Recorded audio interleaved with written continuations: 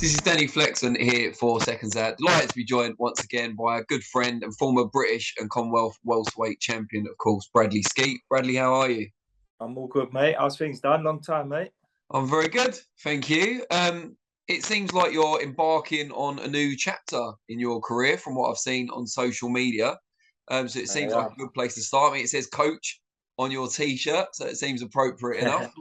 Tell us what's going on and what made you decide to, go ahead and become a coach, get your trainer's license and so on. Yeah, just obviously after all the controversy in my last fight, I just felt it was right to obviously retire and move on really. Boxing's all I know, so I had some time off and right. Like the only thing for me really was to be around boxing, and the next step for me was to become a coach. And obviously I went up to the board and had the meeting and getting my license, and I've been doing a bit of PT and at Ford's Gym in Alperton, and really enjoying it. And just that's the next chapter really.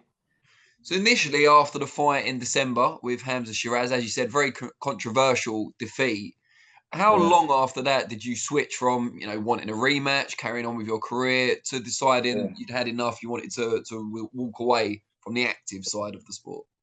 Yeah, well, to be honest, like for there was that much controversy surrounded it. Everyone who see it knows what happened, and it's done now. Do you know what I mean? But I thought they obviously appealed it with the board, and I really thought that they would have been made a no contest, and we would have run the rematch. But there was no they come out with talking about rematch and that, but the rematch was never going to happen really, because they was always going to move up weight, and I was told he was moving up weight anyway, so that was going to be his excuse regardless, like win or lose. Do you know what I mean? Because he was moving up weight anyway. He was talking about, I'll still make the weight and I'll do it for that one fight. No, it wouldn't have been the case. He was moving up weight, and that's that. So he already had his excuse there anyway. But everyone who see the fight knows that I schooled him, and he got schooled. That I live in his head rent free, because every time he fights it, my name gets mentioned and the schooling I give him, and that's that really. I walk away my head high. Do you know what I mean? I got in there, I was the underdog, and everyone thought I was finished and done. I moved up to Sheffield and with Domingo and the team up there, and he done wonders for me. I was banging on. I think we even spoke, and I told everyone what I was going to do, and that's exactly what I went set out to do, and I done it. Do you know what I mean? So I walk away happy. Do you know what I mean? I walk away very proud of what I've achieved and happy in my performance and what I've done. And like I say, it's a new chapter now. And after when obviously it didn't go my way and the appeal, there was going to be no contest, and I had a loss on my record, which wasn't a loss. I schooled the geezer for 8 rounds until he hit me on the floor. Do you know what I mean? That was that. And when obviously the board decided that was that balls could be broken, and I got fucking given a loss, then I just thought that was me done with the boxing side of thing. I weren't sacrificing moving up to Sheffield and do you know what I mean, putting my life on the line to get treated like that, and nothing happened. So I just thought that my time was done with it, to be honest. How do you, now your career is officially done as an in-ring participant, how do you reflect on your achievements? Listen, my boyhood dream was to become British champion, not just win the British title, win it outright. And to this date, since I've won it outright, no, like at welterweight, it's just still in motion. Do you know what I mean? No one's done it since me. So that's how hard it is to do. Do you know what I mean? And only like a select few have gone on and done it. So I was so proud of doing that, and that was a big like achievement for me. So that's all that'll always stick with me. My name will always be in the record books as a British outright champion. So I'm very happy. Box for the European title. I was unsuccessful there. I was a bit gutted that I didn't get the European title. I know I beat better opposition at European level, and I know I could have I'd been at the European title. But listen, it's what it is, and I don't regret nothing. And I had a very good career. Obviously, Jeff Horn swerved the fight with me. He didn't want no piece of me. I could have boxed for the world title, and I believe I would have beat Jeff Horn. I was flying at that moment of my career, and he clearly swerved the fight, didn't want the fight. But it's boxing, things happen, and I can look back and be happy with my career and how it went. You worked obviously with Sid Khan at Earlsfield, and then went on as a pro to work with great trainers in Alan Smith, Dominic Ingle. What elements will you take from each of those guys to bring to your own career as a trainer? Yeah, Eddie Lamb done a lot for me as well. Eddie, of course, Ed's a great coach, and obviously he's big up now. Like, he's the man at the moment at the minute, and he's flying. And Ed done a lot with me too. But yeah, I've been surrounded by great people and great mentors. Like I say, I started my career, I finished my career at Earlsfield with Sid Khan, and still talk to him to this day. He's a great mentor for me. Like I say, Al, still speak to Al. Ed's there, and obviously Dom. He's a great man, and Dom was the one who said to me about getting my trainer's license and talk. We spoke when I was training out in Fort Ventura with Kel, and we spoke about it then. And like that, he obviously planted the seed in my head then, and I thought about it then, and I had a chat with Keith Galahad as well about it, and he said you got a lot to give, and you should do it. Same like Killer Amir Khan down at the gym said to me about doing it, and I think I was out in Fort Ventura for the whole month of January, and spent a lot of time with Kel and all the boys, and that was good, and that's when my mind was made really. Cause I was still doing a bit of training out there, and that's when my mind was made. And then Don planted the seed, and then come home and I started PTing, and got the ball rolling with getting my pro license as a trainer. It's mad, isn't it, that you, Khan, Brooke have all retired within like 6 months? Yeah. I wouldn't mind retiring there with their money though. Yeah.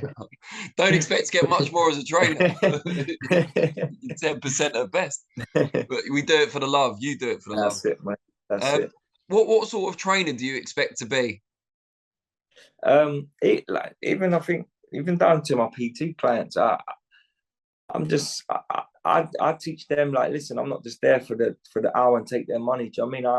I teach them how I would fight. Do you know what I mean? How I would go about things and what I've been taught and things like that. I really enjoy it, and I think you'll see me training people in the same sort of style I was fighting, and just laid back, not rushed. Do you know what I mean? Just a nice technical boxer, just everything basic. I just like keeping things basic. Do you know what I mean? That's what wins fights, being basic. You don't have to complicate things. And like I say, like we rolled off all the names. I've got all them mentors there. And I could phone up right now and ask for help and advice, and it's there. Do you know what I mean? I could go to Sid at Earlsfield. I could go down there. I could go to Al and Ed at iBox. I could go to Dom up in Sheffield. I can go anywhere. I've got good connects in boxing. I've all kept in communication with good people in boxing world, and I can go around to many gyms. So from that point, having that great network of support, how do you go about creating your own stable? How do you go about attracting fighters and starting to work with them? Yeah, I'm just going to take my time, really. I'm not going to go out looking for anything. I'm going to take my time. There's a young boy just turned pro now, Rob Vincent. I'm helping him out. He's going to turn pro, and just take my time, really. Just go around and just it happen. I won't chase it. And as obviously a fighter, like ex-fighter myself, I know what it's all about. And with these young boys coming through, and I don't want it more than them. If I start wanting it more than them and chasing them and having to tell them this and that, I'm not doing it for that. They've got to want to do it. And listen, I'll help anyone. I'm not going to be thinking I'm going to start at the top. Do you know what I mean? Because that's not the case. So I'm happy to help anyone who wants to learn, who wants to put in the work and achieve good things. So yeah, like I say, there's a good group of guys down the gym, and I'm happy doing my PTing. And listen, it'll come when I'm sure when it's out there that I've got my license and start training the boys, and that few fighters I think will come my way. Will you spar them? Because I know some of the younger trainers still get in and spar their fighters. Do you know what? I said I weren't going back in the ring sparring and that, but a few of my clients and that they call me out and I just fight sometimes and jump in there and just try and watch. Do you know what I mean? I still got it. Do you know what I mean? I still got it. So yeah, a few. I just have to think they get ahead of themselves and just let them know, give them that jab and let them know what time it is. They jump back out, I'm sure. You'll obviously be kind of giving fighters the benefit of your experience going forward. Yeah.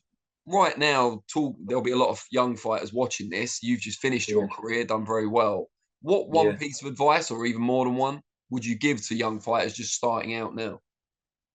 I'd say get the right people around you, get a good base, get the right team. You got to have the right people around you, because in boxing it's very short-lived, and there's some dogs in boxing, and like this, it's with the professional side of things, it's a business, and you got to get the right people around you, and you don't go into it thinking you're going to get Mayweather money, because that's not the case. And you just work hard, train hard, and what will be will be. Do you know what I mean? It just, that's what you got to do. They're willing to dedicate themselves to it and put in the work and have the right people around them. Then this what will be. Brilliant. Really, really appreciate it, mate. And yeah, very best of luck going forward as well. It's Thanks, exciting. Thank you. I appreciate that, mate. Cheers. Anytime.